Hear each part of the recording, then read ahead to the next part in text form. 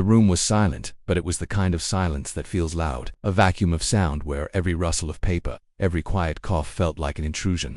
It was the heavy, suffocating quiet of a packed congressional hearing, where the fate of millions of unseen, unknown people hangs on every word. The air itself seemed to hold its breath. Aides whispered nervously behind their elected officials.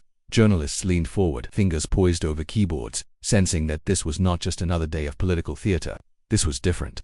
All eyes were fixed on one man, bathed in the sterile, unforgiving glow of the chamber lights. He wasn't a president or a king, but his power arguably stretched further than any monarch in history. He was the public face of BlackRock, the largest shadow bank in the world, a financial leviathan controlling trillions of dollars, and he was cornered, or so it seemed. He leaned forward, a faint, almost imperceptible smirk playing on his lips, as if he found the entire proceeding a mild, if necessary, amusement. The air crackled with tension. A lone senator had just spent 10 minutes grilling him, her voice filled with righteous fire, laying out a series of damning accusations. She spoke of how the firm used the retirement funds of ordinary people, their 401k, their pensions, to push a political and social agenda they had never, ever agreed to. The executive's voice, when it finally came, was pure ice. He adjusted the microphone, the small sound echoing through the vast chamber like a gunshot. "With all due respect, Senator," he began, his tone a masterclass in polite, surgical contempt. "You're asking questions that betray a fundamental, and frankly, a startling misunderstanding of modern finance. You speak of ordinary people as if they are a monolith. You speak of their pensions as if we are gambling with them in some backroom casino." He paused, letting the insult hang in the air, letting every camera capture his unshakable, unnerving confidence. Our only obligation is to maximize returns for our clients. We vote their shares to ensure long-term value and stability. What you call a political agenda, we call sound investment strategy. An evolution that, forgive me, seems to have passed this chamber by. We act in their best interests. End of story. The words landed like a gauntlet thrown down. It was a declaration of absolute, unassailable power, delivered with the casual arrogance of a man who believed he was truly untouchable. He was telling the elected representatives of the people, and by extension the hundreds of millions of people themselves, that they were simply not smart enough to understand the complex, gilded world he had built and now commanded. He was the master of the universe, and they were just living in it. But in his supreme confidence, he made one critical, fatal mistake. He underestimated his opponent. He saw a politician, not a warrior. He didn't realize he wasn't just facing a temporary obstacle, he was facing a reckoning. And what happened next, the methodical, devastating response that followed that single, arrogant statement, didn't just win an argument, it exposed an empire. It changed everything. Before we dive into this incredible confrontation, make sure to hit that like button and subscribe so you don't miss any of these explosive political moments. Trust me, you won't want to miss what happens next. The foundation of the entire system was about to be shaken, and you are about to have a front row seat to understand the man at the center of the storm. You have to understand the world he inhabits.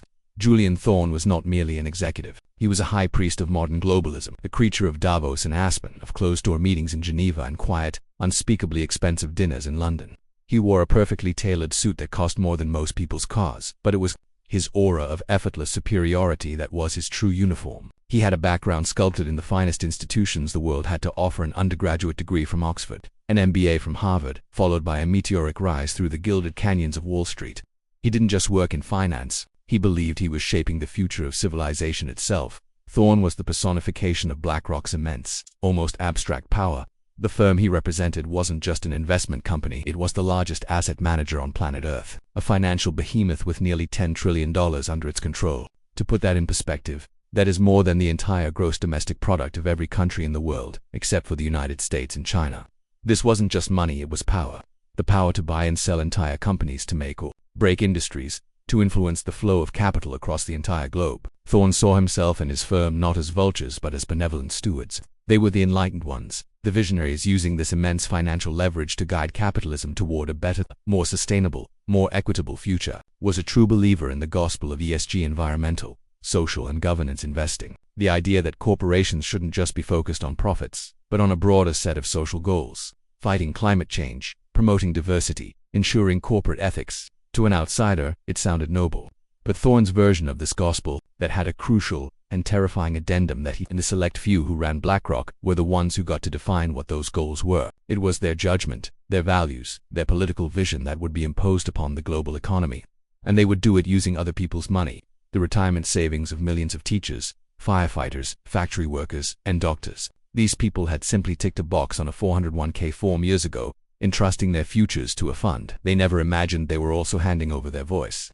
Thorne saw this as a feature, not a bug. The average person was too unsophisticated, too driven by short-term sentiment, to make these critical decisions. They needed to be protected from themselves. His arrogance wasn't just a personality flaw, it was a core tenet of his entire worldview. And then there was Senator Catherine Ardell. On paper, she was everything Julian Thorne was not. She was not a product of the Ivy League. She was a graduate of a state university's law school. She hadn't climbed the ladder on Wall Street. She had started her career as a county prosecutor, in a Rust Belt state, fighting for victims of fraud and abuse. She didn't wear bespoke suits. She wore off-the-rack outfits that looked sensible and professional, but never flashy. Where Thorne was a vision of globalist, abstract power, Ardell was the embodiment of grounded, local accountability.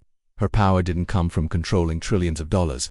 It came from the trust of a few 100,000 voters who she still referred to as my neighbors and the folks back home.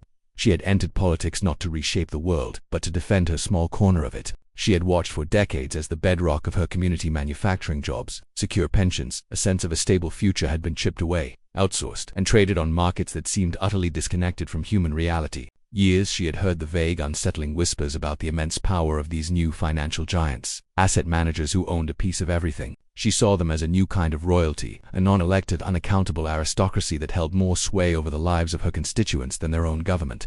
To her, this wasn't an academic debate about corporate governance. It was a fight for the very soul of democracy. It was a battle against a quiet, insidious coup, where the power of the vote was being usurped not by a foreign army, but by a spreadsheet in a Manhattan skyscraper.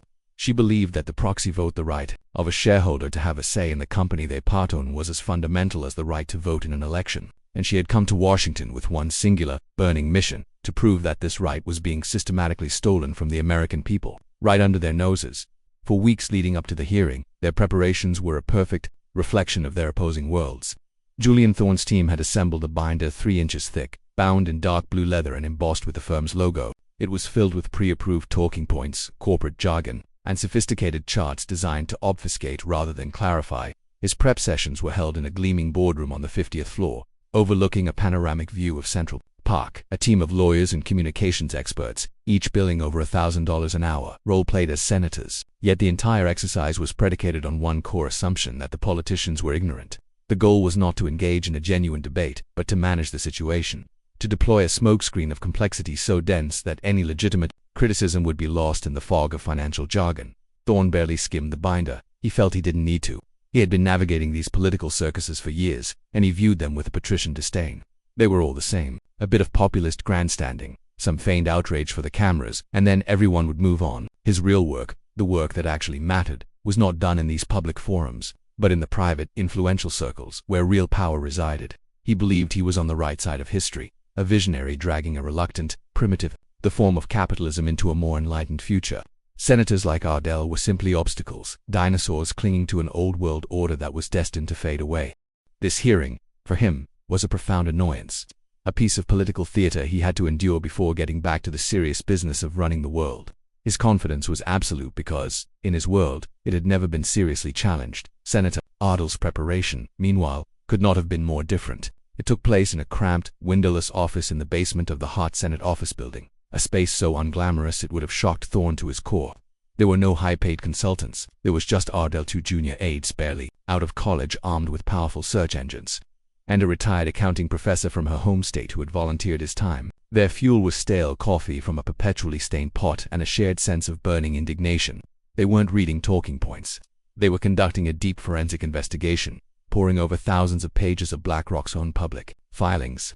They were dissecting the firm's shareholder voting records, cross-referencing them with its glossy ESG pronouncements. They weren't interested in the theory of ESG. They were interested in the practice, in the hard, verifiable data. Worked late into the night, every night, turning the small office into a command center for a guerrilla war of information. They treated it like a criminal investigation, with printouts and documents taped to the walls, connected by lines of red yarn. And then they found it, the smoking gun.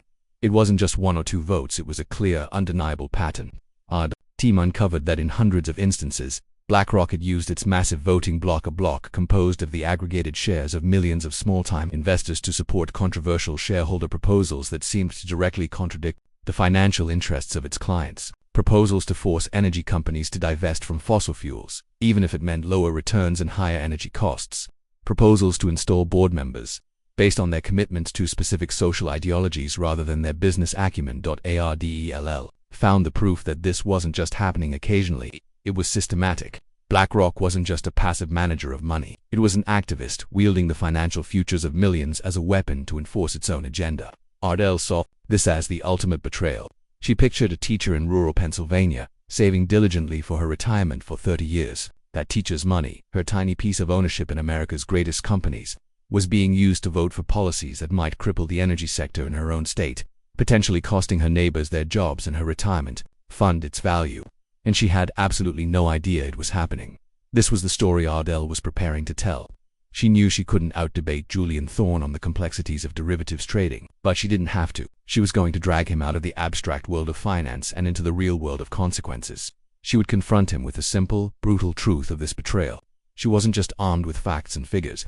She was armed with a moral clarity that Thorne, in his insulated world of elite consensus, could no longer even recognize. He saw himself as a shepherd guiding a flock. She saw a wolf in shepherd's clothing, and she had the receipts to prove it. The stage was therefore set for a clash of civilizations. On one side stood Thorne, representing a new global order where capital is centrally managed by experts who believe it is their right and duty to steer society. He was the face of a system where your pension was no longer just a nest egg for your future, but a political tool for theirs. On the other side stood Ardell, a champion of an older idea, the bedrock principle that ownership confers control. She believed that the person whose money was at risk should be the one to decide how it's used.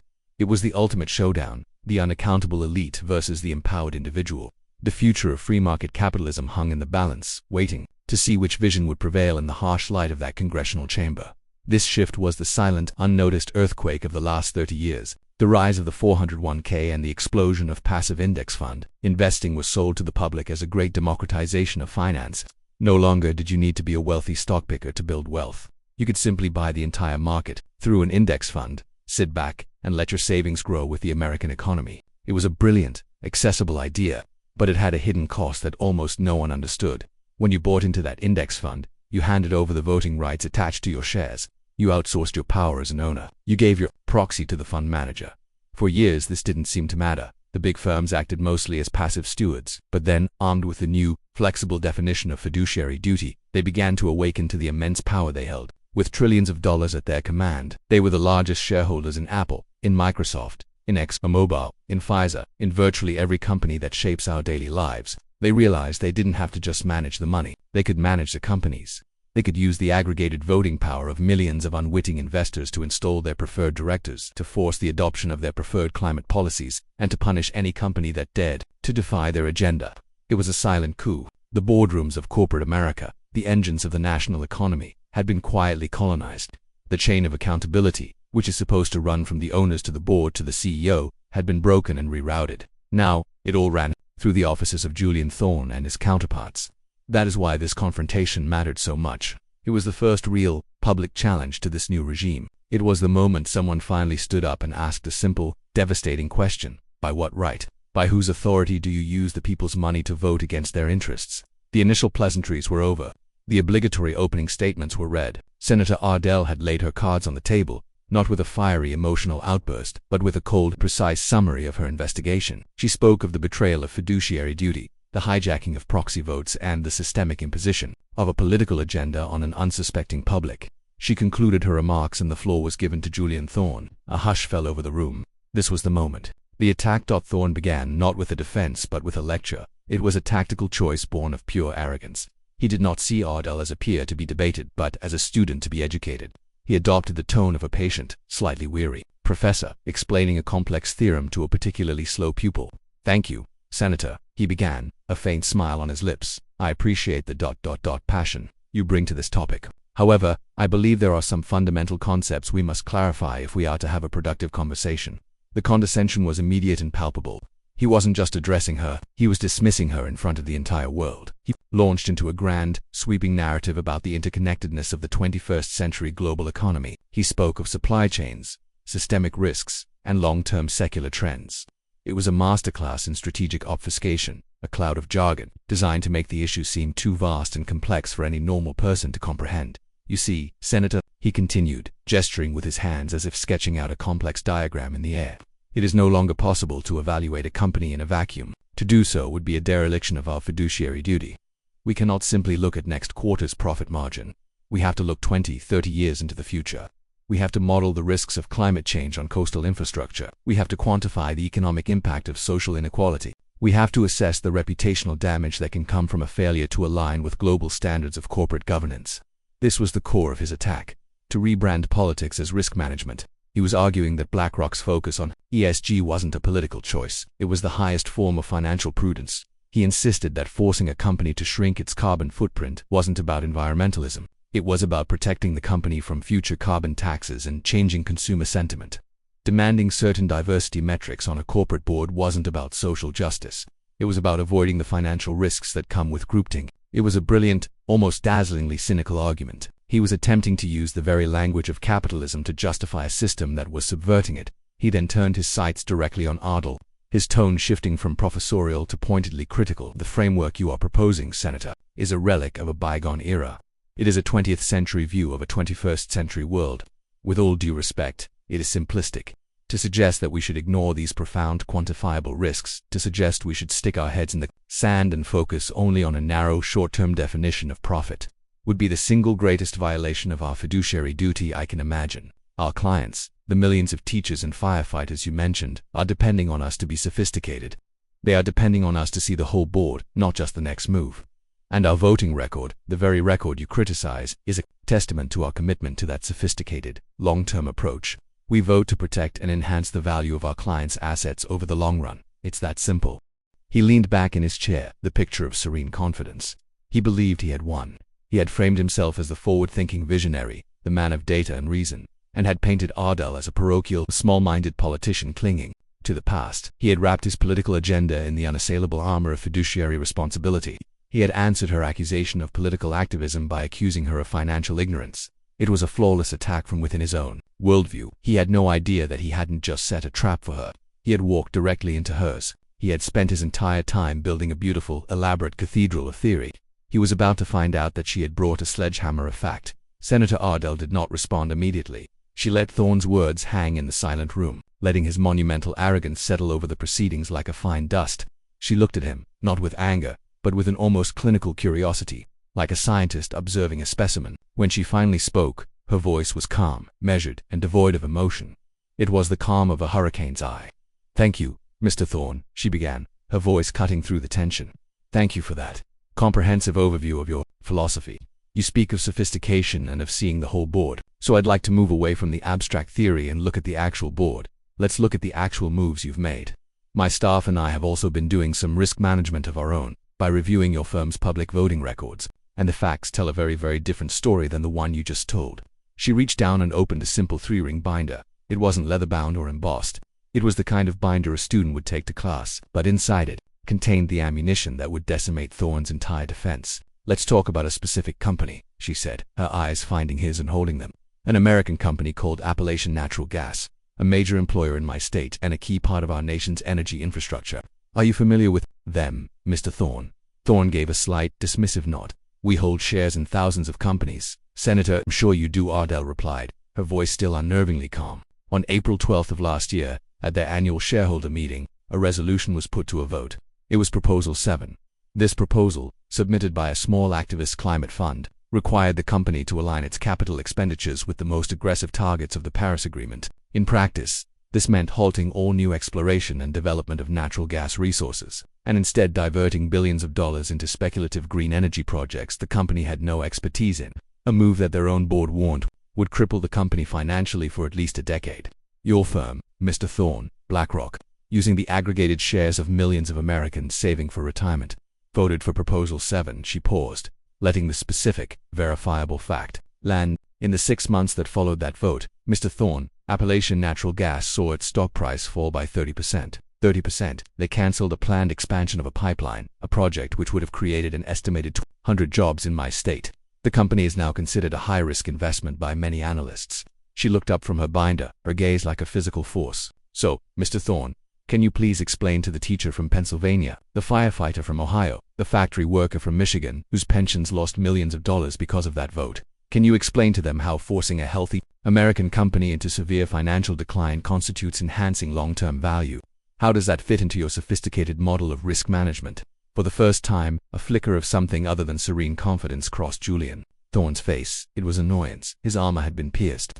This wasn't a philosophical debate anymore. It was about facts. Senator, he began, trying to regain control. As I said, one must look at the long-term transitional risks. Ardell cut him off, not rudely, but with an unyielding firmness.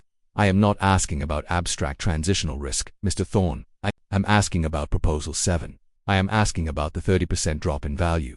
I am asking about the 1,200 lost jobs. Was that a risk you modeled? Was that part of your sophisticated analysis? Or did you vote for that proposal because it aligned with your firm's publicly stated political commitment to net zero, regardless of the financial cost to your clients? Thorne was visibly flustered. He opened his mouth, then closed it. He looked to his aides, but they could offer no help. His talking points were useless. He was being cross-examined, not on his grand vision, but on his specific actions. He had no answer, and Ardell was just getting started. She flipped a page in her binder. Let's try another one, she said. Heartland Foods, a major agricultural producer. Last year, your firm voted in favor of a shareholder proposal that forced the company to publicly audit its suppliers for their adherence to a very specific and politically controversial set of social equity standards. The company's board advised against it, warning it would lead to supply chain disruptions and higher costs for consumers. You voted for it anyway. The result? A public boycott, a 7% drop in quarterly sales, and a direct hit to the stock's value. Again, Mr. Thorne, please, enlighten us. Where is the long-term value in that? How did you protect your client's assets?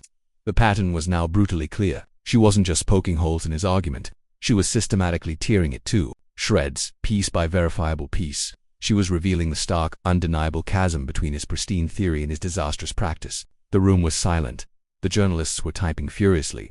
Thorne's mask of detached superiority was crumbling, being replaced by the pale, grim expression of a man who has just realized, far too late, that he is hopelessly trapped. The takedown was methodical, relentless, and utterly devastating. Senator Ardell moved from one exhibit to the next with the precision of a surgeon. Each page in her binder was another nail in the coffin of Thorne's credibility. She brought up a vote against a major airline, where BlackRock had supported a proposal to reduce flight routes to smaller regional airports as a way to cut carbon emissions, and move that directly hurt the company's revenue and isolated entire communities, all in the name of an ESG score. She presented the case of a pharmaceutical company, where BlackRock had voted to install a board member from a social activism background with zero experience in healthcare or finance, simply because it fulfilled a diversity quota, a decision that was followed by a sharp decline in the company's research and development budget. With each example, she laid the receipts on the table. The date of the vote, the specific, damning text of the proposal, the company's own warnings about the financial consequences, and the subsequent, predictable drop in stock value and loss of jobs. It was a mosaic of destruction, a clear and undeniable record of value being sacrificed at the altar of ideology. The narrative Thorne had so carefully constructed that what simply smart risk management was being exposed as a fraud, live in front of the entire world. His sophisticated philosophy was being reduced to a simple, ugly truth. He was gambling with other people's retirements to fund his own political pet projects. The climax of the takedown came when Ardell shifted from documents to a different kind of proof. Mr. Thorne, she said, her voice now carrying a note of quiet authority that filled the chamber. You have testified today, under oath, that your firm's only goal is to maximize long-term value for your clients. You've dismissed my concerns as simplistic and rooted in a bygone era. She paused, then looked directly at the camera, as if speaking to the millions of Americans watching at home. But what does your firm say when it's not in a congressional hearing? What does it say when it's speaking to its peers, to the other members of the global elite, behind what you believe are closed doors? She picked up a small tablet from her desk.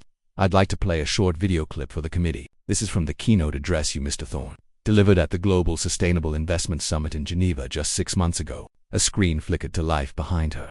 There was Julian Thorne, on a stage, looking relaxed and confident in front of a friendly, adoring audience. The audio began to play. We have to force behaviors, the recorded Thorne said with a smug smile. Whether it's gender or race or how we treat the ecosystem, we have to force behaviors. At BlackRock, we are forcing behaviors. You have to force the change. The markets won't do it alone. The government won't do it. We, the asset managers, have the power to do it. The capital gives us the power to force these changes. We are the new architects of the system. The video ended. The silence in the room was absolute. It was a confession, a direct, unambiguous, and breathtakingly arrogant admission of everything Ardell had been accusing him of. The man on the video was not a fiduciary. He was a self-appointed king, a social engineer who saw the trillions of dollars of other people's money as his personal war chest for forcing behaviors. Ardell let the silence hang for a full 10 seconds. She then turned back to the man sitting before her, who now looked ashen, his face a mask of disbelief and horror. The polite, superior smirk was gone, replaced by the slack-jawed expression of a man who had just been publicly unmasked. "Mr. Thorne," Ardell said, her voice soft but lethal, "the man in that video speaks of forcing behaviors. The man sitting here today speaks of fiduciary duty. They cannot both be telling the truth. You just testified, under oath, that your only motivation is financial return. But in Geneva, you boasted that your motivation was to be an architect of the system, to force change on issues of gender, race, and the ecosystem. So, Mr. Thorne, I will ask you one final simple question. Which one is it? Are you a fiduciary, or are you a revolutionary who uses the pension funds of American workers as leverage to build your utopia?" It was a kill shot. There was no answer. Thorne sat in stunned silence, utterly and completely defeated. He had been so confident in his intellectual superiority, so sure of his ability to outmaneuver a simple senator from a flyover state. He had no idea she wouldn't just argue with his philosophy. She would expose his conspiracy. The takedown was complete. It wasn't just an intellectual victory. It was a moral one. The complex, sophisticated armor of ESG had been shattered, revealing the raw, ugly power grab that lay beneath. The king had been shown to have no clothes, and the entire world was watching. The immediate aftermath was not a slow burn. It was a digital supernova. Before Julian Thorne had even managed to gather his papers and flee the hearing room, the video clip of his Geneva speech was already metastasizing across the internet. The confrontation had been broadcast live on C-SPAN, but it was the citizen journalists, the freelance commentators, and the army of anonymous social media users who turned it into a global phenomenon. They clipped the key calm, lethal question followed by the damning footage and launched it into the digital bloodstream. It was a weapon of mass exposure, and it hit its target with devastating precision. Within the first hour, the hashtags started to trend. Hashtag BlackRock was the first, a simple, declarative statement of what had just happened. Then came the more creative, more cutting tags. Hashtag forcing behaviors became a viral meme overnight, a shorthand for corporate arrogance and unaccountable power. The phrase was plastered over images of Thorne's horrified face, juxtaposed with pictures of cartoon villains and historical dictators. Hashtag Ardell takedown and hashtag the People's Bulldog celebrated the senator's masterful performance, casting her as a David who had not just slain Goliath, but had done so by making him trip over his own ego. The internet, so often a forum for chaotic and fractured debate, had found a rare moment of near-universal clarity. The hero and the villain had been established with a starkness no one could deny. The mainstream media, often slow to react, had no choice but to follow the inferno. The story was too big, too dramatic, too perfect to ignore. The headlines told the story of a narrative shattered. The Wall Street Journal, the Bible of the financial world, led with a headline that sent shockwaves through the industry. Thorne's forcing behaviors comment ignites firestorm, puts trillion-dollar ESG industry under scrutiny. It was a signal that the establishment itself was rattled. Bloomberg, which typically chronicled the triumphs of men like Thorne, ran a panic-sounding story. BlackRock scrambles to contain fallout after CEO's disastrous testimony. Billions in market cap at risk. Even outlets that were philosophically aligned with ESG's goals could not defend the sheer hubris on display. The New York Times, in a piece of masterful understatement, declared, "Ardell grilling reveals deep, uncomfortable rift in high finance." The article acknowledged that Thorne's candor in Geneva had given powerful ammunition to critics and created a severe optics problem for the entire sustainable investment movement. For viewers watching the drama unfold online, it was more than just political entertainment. It was a moment of profound catharsis. For years, millions of people had felt a vague but persistent sense that the system was rigged, that unseen forces were controlling their lives and their futures in ways they couldn't understand or fight back against. They felt patronized and ignored by an elite that spoke in a language of condescending jargon. In Julian Thorne, that feeling was given a face. His arrogance was the arrogance of every bureaucrat who had ever dismissed a valid concern, every expert who had ever said, "You wouldn't understand." And in Senator Ardell's fact-based demolition, they saw the ultimate vindication. She didn't yell or grandstand. She used the truth as a weapon. She proved that the emperor had no clothes, and the satisfaction of watching him shiver in the cold light of public exposure was immense. The takedown wasn't just a political victory, it was a psychological one for anyone who had ever felt powerless against an unfeeling system. The giant had been brought crashing to the earth, and the sound echoed around the world. The digital shockwave was swiftly followed by a financial earthquake. The hashtags and memes were one thing, a plunging stock price was another entirely. But the real terror for BlackRock began when the phones started ringing. These weren't angry individuals. They were the treasurers and controllers of some of the largest public pension funds in the United States, clients who represented not just billions, but hundreds of billions of dollars. They were the ones who had entrusted the retirements of their state's public servants to BlackRock, and they had just watched, horrified, as one of its top executives admitted to using that money to force behaviors. The first domino fell in Texas. The state's controller, a notoriously straight-talking official, released a blunt public statement just one day after the hearing. "We are immediately placing our state's entire portfolio with BlackRock under review. The fiduciary duty is to our state's employees, not to the social agenda of a handful of executives in Manhattan." The testimony we witnessed was a profound betrayal of that trust. The statement was a cannon shot across the bow of the entire industry. Soon Florida followed suit, then Ohio, then a dozen other states. The narrative Ardell had crafted was now being echoed by the very people who controlled the flow of capital. They weren't just asking questions, they were threatening to pull their money. And in the world of asset management, that is the only threat that truly matters. Inside BlackRock's gleaming Hudson Yards headquarters, the mood was one of pure, unadulterated panic. The carefully cultivated image of the firm as a calm, benevolent steward of global capital had been shattered. Emergency board meetings were convened.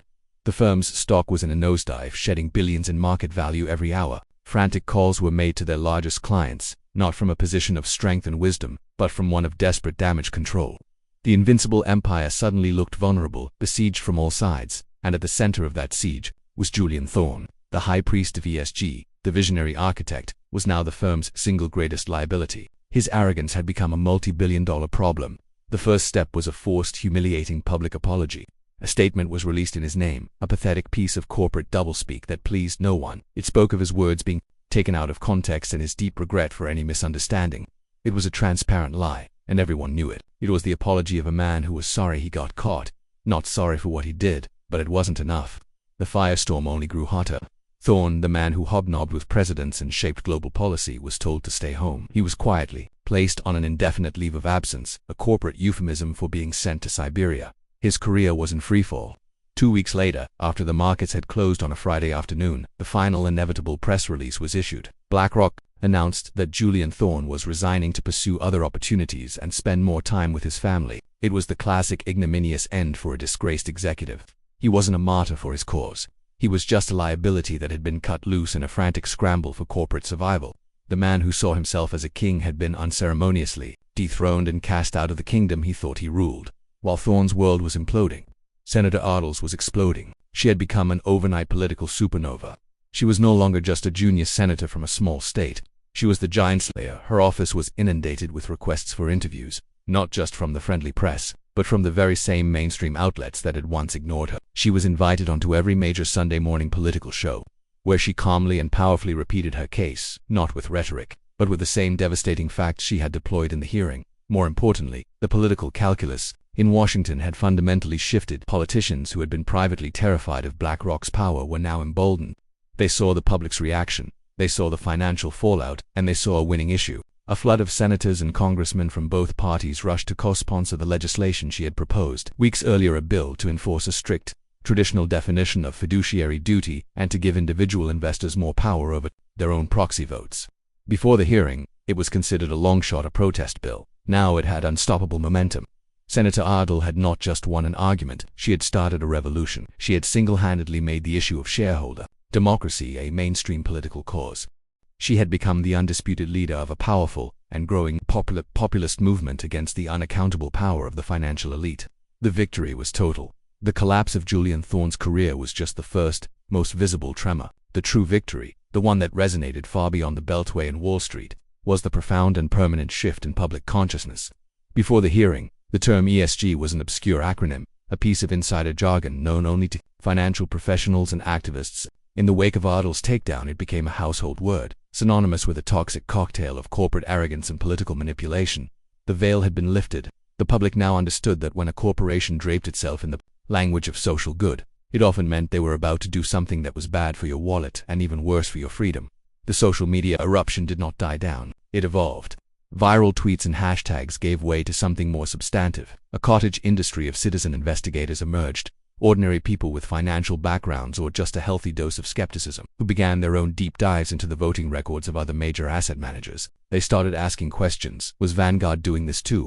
What about State Street? The movement Ardell had sparked was now self-sustaining. The single point of light she had shown on BlackRock was now a floodlight, illuminating the entire shadowy landscape of asset management. Invented headlines from this period captured the sea change perfectly. A Forbes cover story, once a place that would have celebrated Thorne, now asked in bold, stark letters, the ESG cartel, how a few Wall Street giants are hijacking capitalism, and how to stop them. A popular left-leaning online magazine, previously a cheerleader for corporate social responsibility, ran a troubled-sounding piece titled, "Did ESG Go Too Far?" A movement reconsiders its tactics after the BlackRock debacle. This was perhaps the most significant victory of all. The debate was no longer one-sided. Even those who believed in the goals of ESG were now forced to confront the deeply undemocratic means being used to achieve them. The consensus was shattered. The fallout in the corporate world was just as profound. CEOs of major corporations, who had previously lived in fear of a bad ESG rating from BlackRock, suddenly found their courage. They now had political cover. They began to publicly push back against activist shareholder proposals, citing their primary fiduciary duty to all shareholders, not just to a handful of powerful asset managers. The balance of power had been recalibrated. The phrase "our duty is to create long-term value for our owners," once a standard, if somewhat boring, corporate mantra, was now a defiant declaration of independence. Meanwhile, Senator Ardell capitalized on her victory not by gloating but by doubling down on her mission. She went on a national tour holding town halls not in political strongholds but in the very communities that had been most affected by the policies she was fighting. She went to Pennsylvania coal country, to Ohio manufacturing towns, to Texas oil fields. She spoke to rooms packed with union workers, small business owners, and retirees. She didn't give political speeches. She gave financial literacy seminars. She explained in simple, clear terms what a proxy vote was. She showed people how to look up their own 401k funds and see how their money was being voted. She was empowering them, giving them the tools to reclaim the power that had been taken from them without their knowledge. She was turning a moment of viral outrage into a grassroots movement of empowered owners. The victory was total because it operated on every level. The villain was vanquished, his career in ruins. The hero was triumphant, her political power at its zenith. The immediate financial damage to the offending firm was massive, a clear punishment for their hubris. But most importantly, the intellectual and ideological foundation of their power had been exposed as a lie. The spell was broken. The idea that a secret cabal of financial elites should force behaviors on the rest of society had been dragged out of the shadows and into the harsh light of public debate, where it withered and died. It was a complete and utter repudiation of Thorne's entire worldview. Senator Ardell had not just won a battle, she had fundamentally changed the terms of the war. The ultimate measure of the victory wasn't just in Thorne's downfall, but in the quiet, profound changes that began to ripple through the financial system itself. A new breed of investment firm started to emerge, firms that explicitly advertised themselves as pro-fiduciary or apolitical. Their entire marketing strategy was built on a simple promise: we will never use your money to support political causes. We will only focus on maximizing your return. A few years prior, such a statement would have been redundant and obvious, given now it was a revolutionary act, a powerful selling point to a public that was newly awakened to the concept of ideological investment risk. These new firms began to attract billions of dollars from investors who were fleeing BlackRock and its competitors, creating a genuine market pressure that forced the entire industry to reconsider its approach. Even BlackRock, in its humbled state, was forced to change. In a move that would have been unthinkable just months before, the firm announced a new program called Voting Choice. This program gave some of its largest institutional clients the ability to directly control how their own shares were voted, effectively returning the proxy power that the firm had held for so long. On the surface, it was presented as a great leap forward in shareholder democracy, but everyone knew what it really was: a panicked retreat. It was a concession born of immense political and financial pressure. They had been forced, against every instinct in their corporate DNA, to relinquish a small piece of the power they had abused. It was a crack in the dam, a clear admission that Senator Ardell had been right all along. The very forcing of which Thorne had boasted was now being forced upon them. The victory was also cemented in the law. Senator Ardell's bill, once a lonely crusade, sailed through Congress with broad bipartisan support. The final law was simple and powerful. It codified the traditional definition of fiduciary duty into federal statute, stating explicitly that pecuniary factors, those directly related to financial return, must be the primary consideration for investment fiduciaries. It stripped away the legal gray area that firms like BlackRock had so brilliantly exploited. The law didn't outlaw ESG, but it declawed it. It made it clear that a fund manager could not sacrifice financial returns to pursue a political agenda. The sword that Thorne had wielded was taken away, and the shield that protected the average investor was restored. In the end, the triumph was absolute because it transcended politics. While it had been a political showdown, the result was a victory for a principle that lies at the heart of any free society: the principle of agency. the right of an individual to be the master of their own property, their own resources, and their own future. The story of Julian Thorne and Senator Ardell became a modern parable.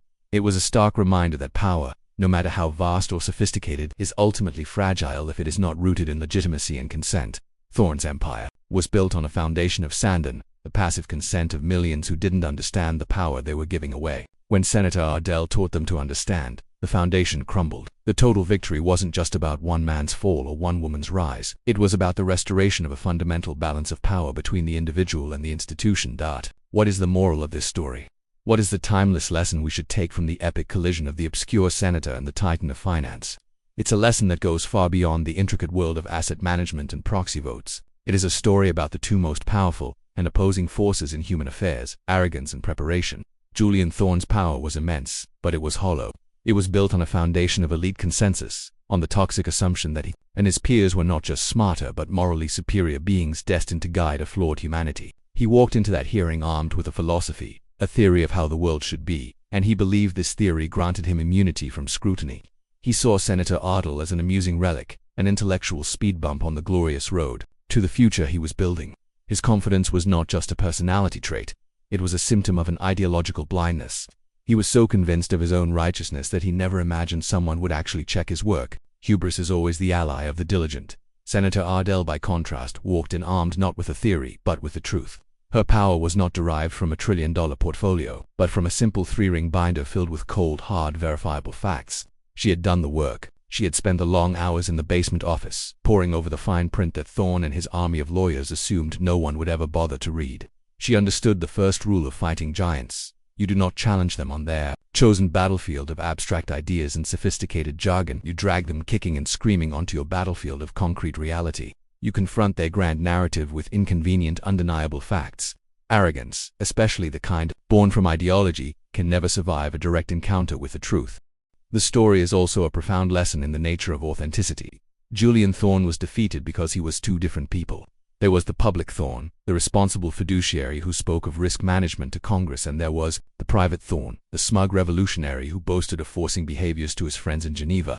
His power was institutional and abstract, accountable to no one but the echo chamber of his fellow elites, and this allowed his duplicity to fester. His deception was his downfall. The moment his two faces were shown to the world side by side, his credibility evaporated. Senator Ardell's power came from the fact that she was only one person. Her power was earned, not given, rooted in the trust of the voters she served. The woman who spoke to her constituents at a town hall was the same woman who cross-examined the CEO. Her strength was not just in her facts, but in her consistency. She believed what she said, and she said what she believed, no matter the audience. In an age of spin and curated narratives, this kind of raw authenticity is a superpower. Ultimately, the moral is a call to action, a warning against the quiet dangers of passive consent. The system that allowed Thorne's power to grow was enabled by millions of ordinary people who unknowingly gave their power away. The modern financial world is complex by design. Its complexity is a feature, not a bug. It creates a barrier of intimidation that discourages questions and encourages a dangerous abdication of personal responsibility to a class of experts. This story teaches us that in a free society there is no such thing as passive ownership. Ownership requires vigilance. It requires asking questions. It requires holding power to account, whether that power sits in a government building or a corporate boardroom. The confrontation was a reminder that the most potent force in the world is not a concentration of capital, but an informed and engaged citizen. It proved that one person, armed with the truth and the courage to speak it, can still topple an empire. The greatest risk is not in the market. It is in our own indifference. The story of Senator Ardell and Julian Thorne is a powerful reminder that even in a world of towering financial giants and seemingly untouchable elites, the power of the individual, armed with facts and courage, still matters. The battle they fought in that hearing room is far from over. It is a battle being waged every day in boardrooms and shareholder meetings across the country. It's a battle for the soul of capitalism, for the principle of shareholder democracy, and for the very definition of whose money it really is. And that brings us to the most important question of all, the one that affects you directly. What do you think? Do you believe that these massive, unaccountable asset managers should have the right to use your retirement money as a weapon to force behaviors and push a political agenda? Or do you believe that fiduciary duty should mean one thing and one thing only, maximizing the financial return for the owner of the money, period? Let us know your unfiltered thoughts in the comments section below.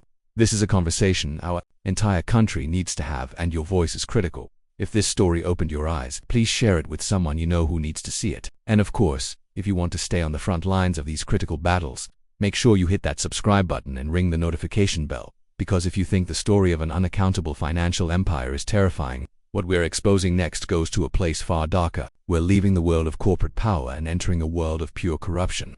We are about to untangle the most venomous web of power and depravity of our time. Join us for our next investigation: Epstein, Mossad, and Prince's unmasking, the network that hid his empire. We will reveal not just what he did, but the untouchable men and the powerful intelligence agencies that protected him, funded him, and used him. This is the story they would do anything to keep buried. You will not want to look away.